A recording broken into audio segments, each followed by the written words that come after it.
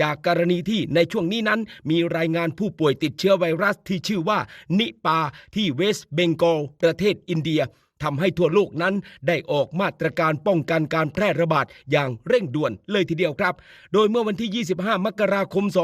2569 ที่ผ่านมาที่ด่านควบคุมโรคท่าอากาศยานสุวรรณภูมิและท่าอากาศยานดอนเมืองก็เริ่มดำเนินการคัดกรองผู้เดินทางจากเวสต์เบงกอลประเทศอินเดียแล้วครับโดยได้รับความร่วมมืออย่างดีจากผู้โดยสารที่ผ่านช่องทางการตรวจคนเข้าเมืองทั้งนี้ทั้งนั้นกระทรวงสาธารณสุขโดยกรมควบคุมโรคเขาก็ได้ออกคำแนะนำด้านสุขภาพสำหรับผู้เดินทางจากเวสต์เบงกอลประเทศอินเดียโดยกรณีเดินทางมาจากประเทศอินเดียจากเวสต์เบงกอลภายในช่วง 21 วันที่ผ่านมานี้นะครับและก็มีอาการใดอาการหนึ่งต่อไปนี้คือมีไข้ปวดศีรษะปวดเมื่อยกล้ามเนื้อเจ็บคอไอ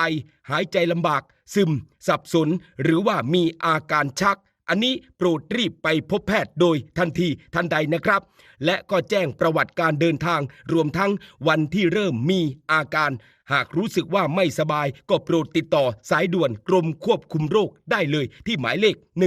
1422เพื่อรายงานอาการทันทีกันทันใดนะครับ